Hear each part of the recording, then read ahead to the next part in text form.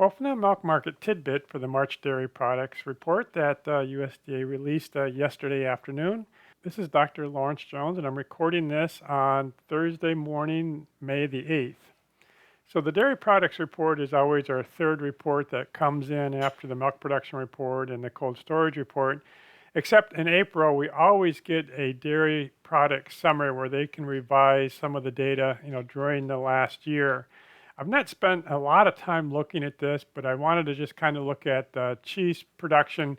This is what it looked like in February. This is what it looks like in March. Now we've added one more data point on here. And you can see there are probably some small differences. So I went ahead and blew this up a little bit. And this is exactly the same data, just kind of blown up. And so we will see that they did, revise things just a little bit, but again, nothing major.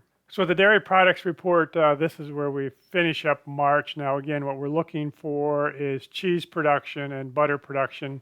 And just as a side note, this next month, I'm going to get rid of this 30-day production and just put it all on a daily basis because there's nothing magical about 30 days. USDA had actually revised up the production in February for cheese and revised down the production of butter.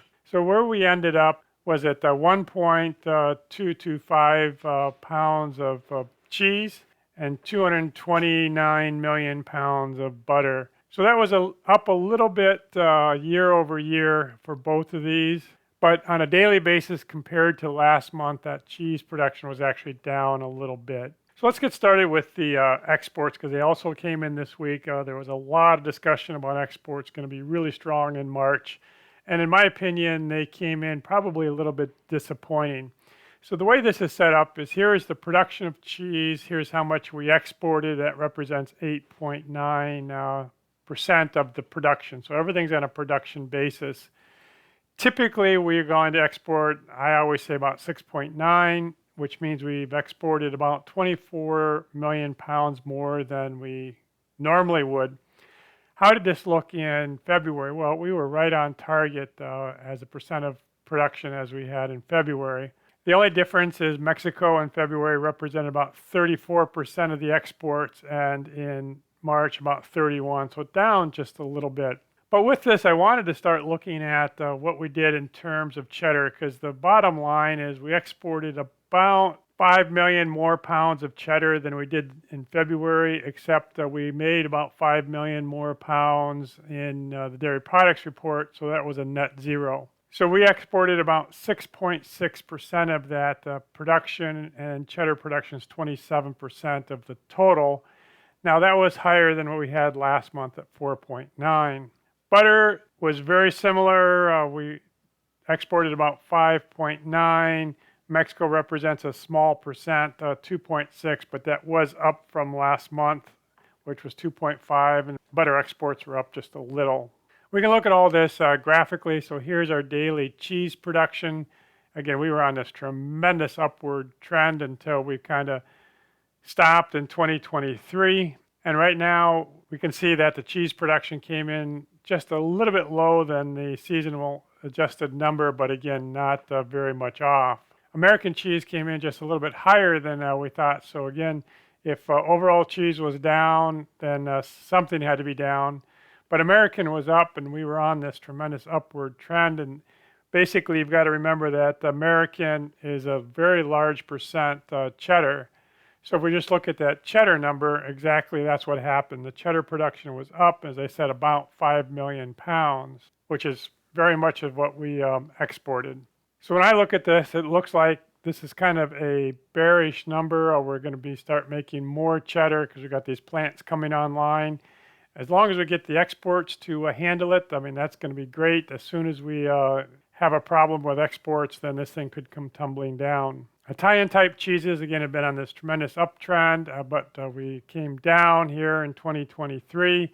And these came in, lower than we'd expected. So again, if total cheeses was down, American was up, which includes cheddar, then the Italian cheeses had to be down. Now, whey production came up a little bit more than we had seasonally adjusted. We'd been on this downward trend, and pretty well, we're coming right back to that trend. So we had a bit of an outlier here, probably a bit of an outlier here, but we're headed back to that long-term trend, which is just slightly downward. Butter production is very seasonal, again, very much on an upward trend. It seemed to have broke here in 2023, but in my opinion, we were actually still right on that up trend. And we were a little higher than we expected. And part of that, there was a lot of cream around. And as you'll see here in a minute, ice cream and yogurt production were down. And so cream had to go somewhere. So here's our ice cream production. This was a bit surprising. And this came in lower than we had expected. And that is kind of raising red flags for consumer sentiment, for restaurant demand, domestic demand overall. And I think this is kind of one of our first indications that domestic demand might be faltering here a little bit. Again, we had been fairly flat up to, really last year's when it started to drop a little bit. Now, yogurt production had been on a fairly level to upward trend, and then we took off here in 2023. But it was lower than we'd expected it to be. So again, with yogurt down and ice cream down, that cream had to go somewhere, which it ended up in butter. Now, just as we've seen here for the last couple of months, cottage cheese was just off the chart high, and it was actually high again.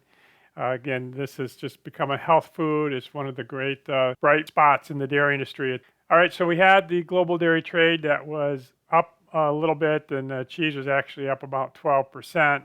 We had the dairy exports and dairy products. So our next milk market tidbit will be for the statistical uniform prices that come out early next week.